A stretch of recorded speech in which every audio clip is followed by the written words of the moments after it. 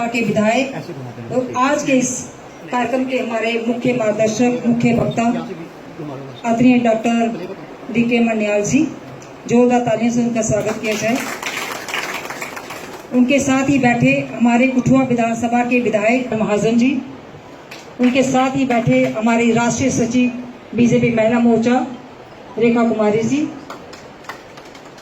और दोनों महामंत्री रविंद्र शर्मा जी और गगन जी। इमरजेंसी काल में जिन्होंने जेलें काटी, भुगता, हम उनको भी बुलाया किया जाएगा। डॉक्टर साहब, इस सभागार में उपस्थित हमारे जिला की टीम, हमारे पूरे मंडलाध्यक्ष, हमारे मोर्चों के अध्यक्ष और जो जो पिछले कार्यक्रम में उनके भी इंचार्ज, मैं थोड़ा सा डॉक्टर साहब आपको परिचय कराना चाहती हूँ। अब तक मुझे मेरे पास जो स्क्रीनशॉट आ रहे हैं उसके सर बैठ के, तो वो 80% हम पहुंच रहे हैं। तो मैं आभार प्रकट करती हूँ अपने प्रदेश संगठन का, उन्होंने हमें 4 दिन और दे दिए हैं, 28 तक हमारी डेट बढ़ गई है। कोर्ट ने भी उनको बोल दिया था कि आप इलीगल तरीके से, मतलब कोर्ट जो अपना चुनाव है हार चुकी हैं, तो उन्होंने कुछ ही दिनों के बाद, जो जून महीने की बात, शायद 12 जून की बात है, वो उनको कोर्ट से जो मिला था, तो उन्होंने 12-13 दिन के बाद रातों रात 25 जून, जब लोग 24 की रात जो सोएंगे, तो 25 के सुबह जब उठे तो आपातकाल इमरजेंसी लगी थी। एक हमारे अब के वर्तमान प्रधानमंत्री जी, हम 4 अगस्त को रात को सोते हैं, 5 अगस्त को उठे तो 370 टूट जाती है, बिना किसी बारूद के, बिना किसी लड़ाई के। एक वो प्रधानमंत्री थे, रातों को वो बिल्कुल इमरजेंसी लगाते हैं, आप बोल नहीं सकते, आप किसी कोई आपको गलत चीज होती है उसके बाद विरोध प्रदर्शन कर बोलेगा तो गोली। उसके बाद मैंने पढ़ा था, कल मैं पढ़ रही थी कि अगर कोई उस इमरजेंसी के खिलाफ कोई लोग प्रदर्शन करते तो उनको सीधा गोली का ऑर्डर दिया था। गोली का ऑर्डर किसने दिया? एक हमारा महाभारत हुआ था, धृतराष्ट्र पुत्र मोह, एक हमारे जी प्रधानमंत्री, उनका भी पुत्र मोह, संजय गांधी जी। उसने, मैं पढ़ रही थी कि उसने जो नसबंदी करवाई बिल्कुल इलीगल तरीके से, जबरदस्ती लोगों जो उनके मन में आता था ना, लोगों से मैं अपनी हार का बदला, उन्होंने लोकतंत्र की हत्या करके लिया जा रहा था। और ये एक दिन की बात नहीं, 1 महीने के, हफ्ते की नहीं, 1 महीने की नहीं, कई महीनों तक ये सिलसिला चलता रहा। उसके बाद जब ये इमरजेंसी टूटी तो फिर जाके इमरजेंसी तोड़ने के लिए जिन लोगों ने संघर्ष किया वो कौन थे? वो वही थे आज जो हमारे चित्रों में दिख रहे हैं, अटल वाजपेयी जी, लाल कृष्ण आडवाणी जी, जे.पी. नारायण जी, हमारे प्रधानमंत्री मोदी जी, उस टाइम ये युवा नेता थे, उनका भी मैं चित्र देख रही थी। जो राष्ट्र प्रेमी, राष्ट्रपति लोग थे, उन्होंने उस समय उस पाताल का विरोध किया, प्रदर्शन किया, जेलें खाई, मारे खाई, कि उन्होंने तो अपने जाने तक गवा दी, अपने परिवार तक उजाड़ दिए। आज हम बिल्कुल स्वतंत्र, कितने स्वतंत्र, थोड़ा सा होता है सड़क पर उतर जाते हैं। तो ये किसकी देन है? ये उन महापुरुषों की देन है। इसलिए हम उन जिन्होंने जे मारे खाई, जिन्होंने जे प्रताड़ना झेली, मैं अपनी ओर से, हम सब की ओर से उनको भी कोटि कोटि नमन करती हूँ, वंदन करती हूँ कि उन्होंने कुर्बानियां दी, आज हम खुली सांस ले रहे हैं। तो ये इतिहास गवाह है, जब भी समाज में कोई अपराधी, कोई जो जुल्म करता है, तो ऐसा नहीं है। दूसरी तरफ धार्मिक लोग भी होते हैं जो इसका विरोध करके अच्छे दिन लाते हैं। उनमें से हमारे माननीय प्रधानमंत्री जी, वो मैंने ज्यादा नहीं बोलूंगी क्योंकि हमारे बीच में और भी वक्ता हैं, और मुख्य वक्ता हमारे आदरणीय डॉक्टर साहब पूरा विस्तार पूर्वक आपको जो पूरा समझाएंगे। आज हम इस सभागार में क्यों एकत्रित हुए, क्या हमारा विषय था, और क्या क्या उस समय इतने शायद 20 महीनों से ज्यादा वो आपातकाल रहा था, उस समय क्या क्या लोगों ने झेला, वो हमारे डॉक्टर साहब आपको बताएंगे। जय हिंद, जय भारत। और आज का समय अगर हम देखेंगे, पीछे मुड़ के देखेंगे 50 सालों में, तो हम एक बहुत ही, मैं कहती हूँ बहुत बड़ा जो अंतर है वो महसूस करेंगे। 50 साल पहले एक हमारे व्यक्ति, चाहे वो इंदिरा गांधी हमारी महिला प्रधानमंत्री थी, उन्होंने अपनी सत्ता के लिए अपने देश के जो लोग थे, जो नागरिक थे, उनकी स्वतंत्रता छीन ली।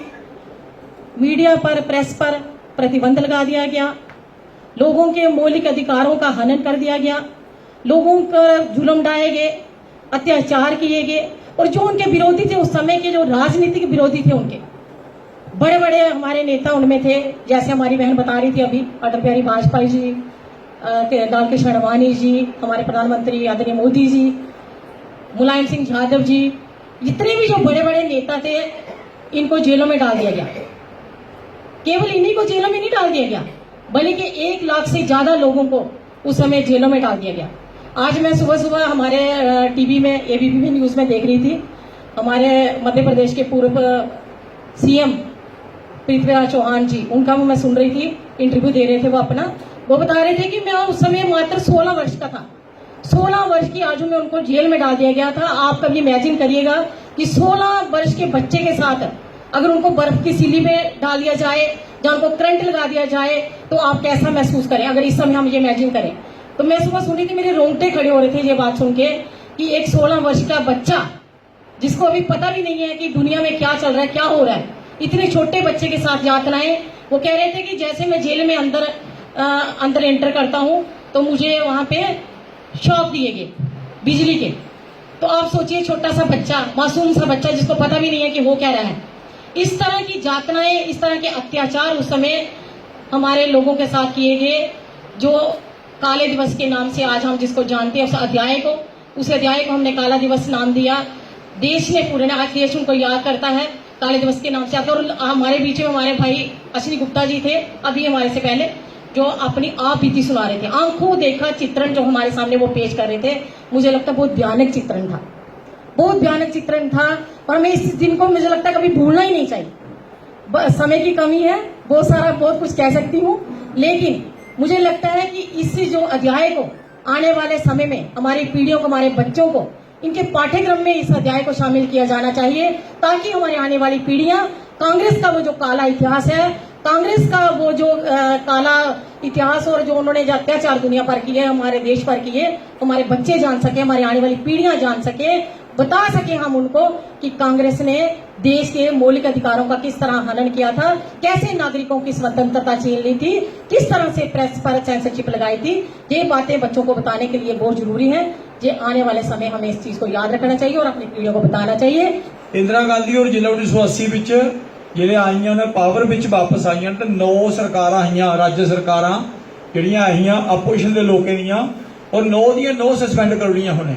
ਔਰ ਉਹਨੇ ਕੀ ਲੌਜਿਕ ਇਹ ਦਿੱਤਾ, ਉਹਨੇ ਕਿਹਾ ਕੇਂਦਰ ਵਿੱਚ ਤੁਹਾਡੀ ਸਰਕਾਰ ਨਹੀਂ ਹੈ, ਇਸ ਮਤਲਬ ਤੁਹਾਡਾ ਰਾਜ ਵਿੱਚ, ਸਟੇਟ ਵਿੱਚ ਰਹਿਣ ਦਾ ਕੋਈ ਅਧਿਕਾਰ ਨਹੀਂ ਹੈ। ਉਹ ਪ੍ਰੋਗਰਾਮ ਜਿਹੜਾ ਉਹ 92 ਵਿੱਚ ਵੀ ਹੋਇਆ ਹਾਂ, ਜਿਹੜਾ ਅਯੋਧਿਆ ਦਾ ਕਾਂਡ ਹੋਇਆ ਉਹਦੇ ਬਾਅਦ ਵੀ 4 ਸਰਕਾਰਾਂ ਬੀਜੇਪੀ ਦੀਆਂ ਢਾਈਆਂ ਹਾਂ। ਮੈਂ ਤਾਂ ਸੁਣਾਣਾ ਕਿ ਦੁਸ਼ਟ ਵਿੱਚ और ਜਿਹੜਾ ਇੱਕ ਸੱਜਣ ਆਦਮੀ ਚ ਕੀ ਫਰਕ ਹੁੰਦਾ। ਮੋਦੀ ਸਾਹਿਬ ਦੇ ਉੱਪਰ ਇੰਨਾ ਕੁਝ ਲੋਕਾਂ ਆਖਿਆ, ਮਮਤਾ ਬਨਰਜੀ ਹੋਰ ਕਿੰਨਾ ਕੁਝ ਲੋਕ ਕਰ ਰਹੇ ਨੇ, ਠੀਕ ਹੈ ਨਾ, ਲੇਕਿਨ ਮੋਦੀ ਸਾਹਿਬ ਨੇ ਕਦੇ ਵੀ 356 ਦਾ ਉਪਯੋਗ ਨਹੀਂ ਕੀਤਾ। ਔਰ ਕਾਂਗਰਸ ਨੇ 96 ਵਾਰੀ ਕੀਤਾ, 96 ਵਾਰੀ ਚਲੀ ਚਲਾਈਆਂ ਸਰਕਾਰਾਂ ਜਿਹੜੀਆਂ ਥੋੜੀਆਂ। ਇਸ ਵਾਸਤੇ ਅਸੀਂ ਸਮਝਣਾ ਚਾਹੀਦਾ ਕਿ ਅਗਰ ਅਸੀਂ ਸੁਤੰਤਰ ਹੈ ਤਾਂ ਖੁਦ ਹੀ ਬਦੌਲਤ ਹੈ। ਉਹਦੇ ਬਾਅਦ ਮੈਂ ਸਾਡੇ ਇੱਥੋਂ ਦੇ ਵਿਧਾਇਕ ਜਿਹੜੇ ਨੇ ਸਾਡੇ ਕਠੂਆ ਦੇ, भारत भूषण जी, मैं उन्हें आखूंगा कि अपनी गल रखन। मैं चाहूंगा कि पहले जो हमारे चीफ गेस्ट हैं उनके लिए आप तालियां बजाकर उनका स्वागत करें।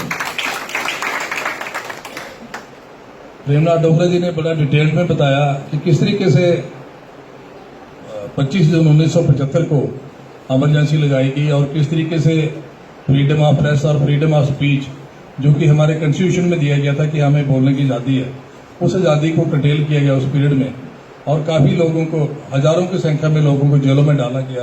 मैं सुनते हुए बड़ा काला अध्याय था उस पीरियड में, और जिन लोगों ने सारी यातनाएं सही, वो कहीं ना कहीं एक इतिहास बन गया है। और हम सभी लोग आज उन लोगों को द्वारा श्रद्धांजलि देते हैं जिन्होंने सारी वहाँ अट्रोसिटीज़ को सहा और गवर्नमेंट की जातियों को उसके खिलाफ आवाज़ उठाई। उसकी जीती जागती मिसाल हमारे कठुआ के अश्विनी जी हैं।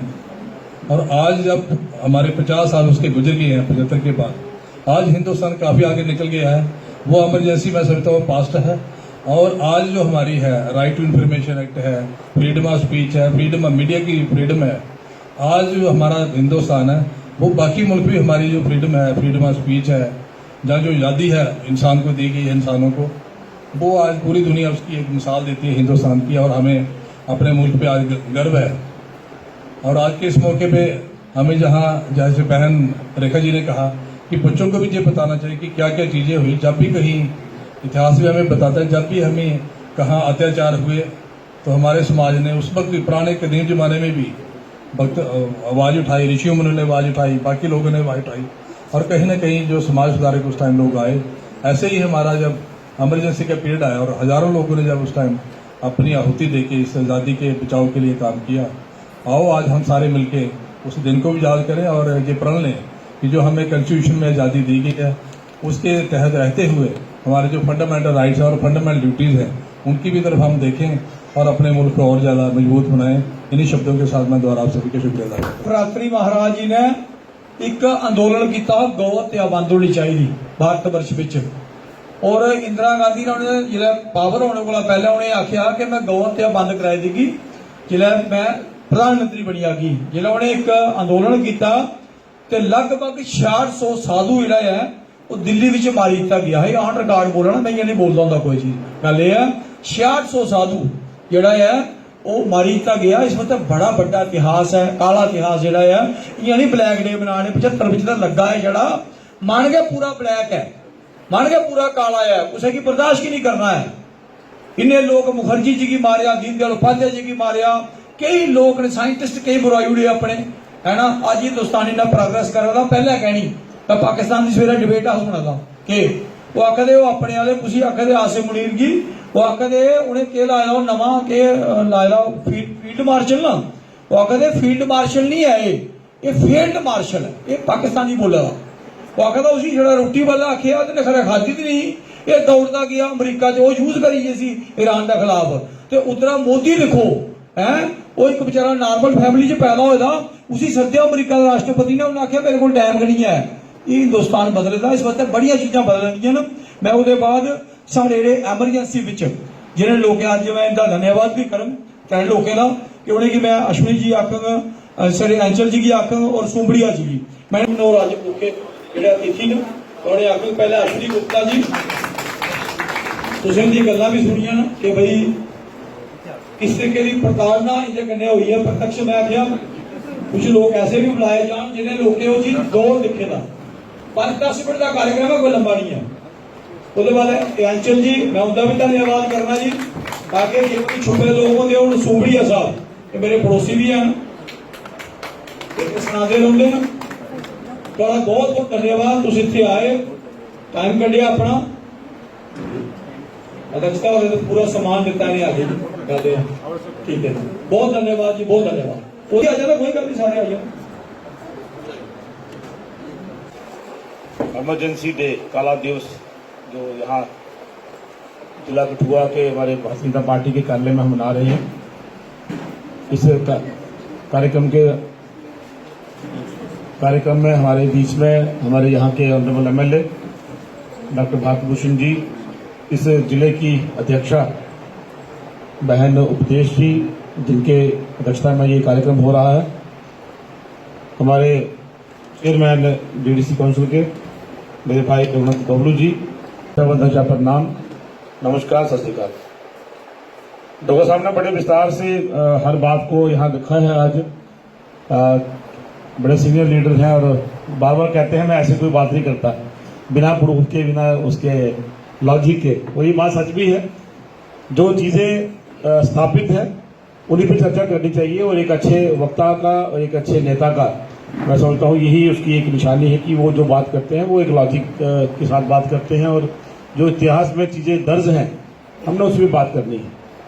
तो ये इतिहास में एक काला धब्बा जो हिंदुस्तान पे हमारे देश पे उस समय लगा इमरजेंसी का, आज उसका 50वां साल हम यहाँ मना नहीं रहे। मैं कहूँगा हम 50वें साल में तो याद कर रहे हैं। मनाते लोग अच्छी चीज़ें हैं, लेकिन उसके साथ साथ उन चीज़ों को भी याद करना चाहिए जो बुरी हुई हैं, जो गलत हुई हैं, जो अनकॉन्स्टिट्यूशनल हुई हैं, जो गैर कानूनी तरीके से हुई हैं, असंवैधानिक और गैर कानूनी तरीके से चीज़ें हुई हैं, उनको भी याद रखना चाहिए। वही एक दिवस जो है वो काला दिवस 25 जून 1975 का वो काला दिन जो भारत के इतिहास में मैं समझता हूँ कि क्रूरता से भरे 21 महीने, कोई ऐसा जघन्य अपराध नहीं था जो उन 21 महीनों में कांग्रेस की सरकार ने नहीं किया। वो चाहे उस समय की प्रधानमंत्री इंदिरा गांधी जी ने किया, उनके सुपुत्र संजय गांधी जिनके पास ना कोई पद था, ना कोई उनके पास कॉन्स्टिट्यूशनल पोस्ट थी, ना ही वो किसी भी सरकारी ओहदे पे थे, लेकिन उसके बावजूद भी वो सरकार की नीतियों पर और सरकार की पॉलिसीज पर, सरकार की प्रोग्रामों को वो लागू करते थे और निर्देश भी देते थे। आज राहुल गांधी जी संविधान की किताब हाथ में लेकर घूमते हैं और कहते हैं संविधान खतरे में है, संविधान खतरे में है। हम बार बार उनसे ये सवाल पूछते हैं कि आप संविधान की बात अगर आप शुरू करें खतरे में, तो वो तो नेहरू साहब ने जब उसकी अवहेलना की, इलीगल अमेंडमेंट्स की, तब शुरू हो गया। उसी प्रोसेस को आगे चलाते हुए इंदिरा गांधी जी ने की, उसी को आगे बढ़ाते हुए राजीव गांधी ने की।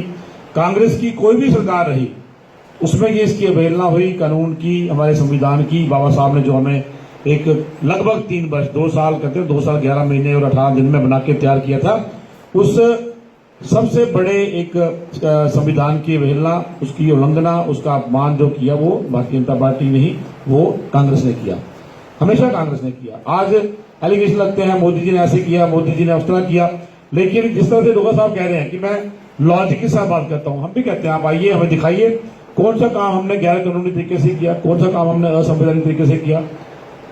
बहन देश जी कह रही थी कि हम 25 की रात को सोए, 26 को उठे, तो लोगों को रेडियो के माध्यम से बताया गया कि देश में इमरजेंसी लग चुकी है, अब आप खुली हवा में सांस नहीं ले सकते।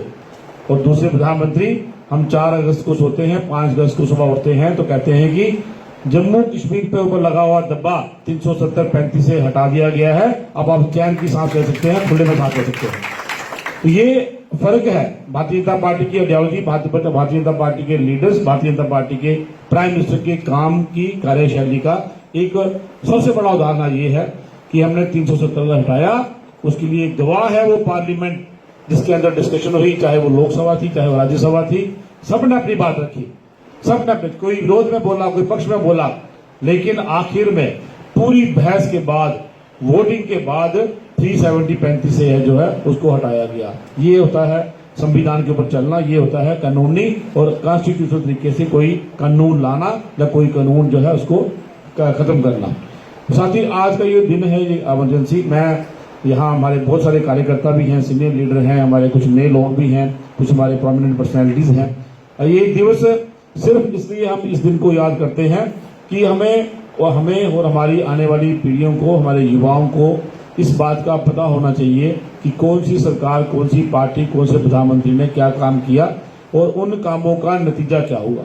हम बात कर रहे थे कि संजय गांधी, ना कोई पद, ना कोई पोस्ट, ना कोई ऑफिशियल उनके पास कोई पोस्ट थी, उसके बावजूद उन्होंने गरीब और जो युवा, चाहे वो अनविवाहित युवती है, अनविवाहित अविवाहित हमारा युवा है, उनका ऑपरेशन किया गया और नसबंदी की गई कि ये इस तरीके से पॉपुलेशन को कम करने में लगे हुए थे। गरीबों की झुग्गियों को उजाड़ा गया, वहाँ मस्जिद बनेगी या वहाँ कोई सरकारी जो है वो वहाँ इदारा बनेगा, वहाँ पर पार्क बनेगा, उसके लिए गरीबों के घर उजाड़ दिए। जब वो गरीब निकला विरोध करने के लिए, उस पर गोली चलाई गई और कई हजार लोगों की उसमें हत्या की गई। अभी अभी डॉक्टर साहब ने बताया कि 400 साधु जो है जब वो डिमांड करने गए, अपनी कोई मांग रख लेंगे कि इस तरह गौ हत्या का विरोध करते हैं, गौ हत्या बैन करनी चाहिए, तो उनका भी कत्ल किया गया। इस तरह की साथियों, इस काले दिवस की बहुत सारी ऐसी बातें हैं जिनको हमें जानना चाहिए। केवल हम गूगल पढ़ते हैं, गूगल में भी, गूगल जो है वो क्योंकि बाहर के देशों से वो कंट्रोल होता चलता है, लेकिन हम कोशिश करते हैं कि भारतीय जनता पार्टी की तरफ से हमारे वैचारिक परिवार है उनकी तरफ से एक अच्छा मटेरियल उसके अंदर हो। मेरा निवेदन भी आप सबसे, हम पढ़ें उसको, जानें उसके बारे में कि ये उस समय के क्या क्या जो काम थे, जो क्या क्या इलीगल जो एक्टिविटी थी, क्या क्या असंवैधानिक अमेंडमेंट्स उसमें की गई कि जिससे ये 21 महीने तक लोगों पर अत्याचार किए गए। मात्र मैं समझता हूँ कि एक अगर कोई बहुत बड़ा अमेंडमेंट भारतीय जनता पार्टी ने किया तो वो कुछ ऐसी बातों लेके किया जिसको देश को तरक्की मिले, स्टेट्स को उनके हक मिले, स्टेट्स में जो चीफ मिनिस्टर्स हैं वो एम्पावर हो। लेकिन इंदिरा गांधी जी अमेंडमेंट करती थी कि कोई भी जो सरकारी एजेंसी है, अगर वो किसी निहत्थे पर गोली चलाती है, अगर कोई जुलूस जलसा निकालता है, उस पर गोली चलती है, लोग मरते हैं, तो वो कानून की जो इन्वेस्टिगेशन है उसके दायरे से बाहर है। शाह कमेटी ने अपनी रिपोर्ट दी थी कि इंदिरा गांधी जी ने जो सारा जो इलेक्शन लड़ा था, उस इलेक्शन में क्या क्या करप्शन के मामले थे, पूरी रिपोर्ट बनाकर दी थी। लेकिन जैसे ही सरकार बनी 1980 में, 1978 की रिपोर्ट को 1980 में जब सरकार बनती है, उस रिपोर्ट को तबाह कर देते हैं, चला देते हैं। आज तक उसका कोई रिकॉर्ड नहीं है।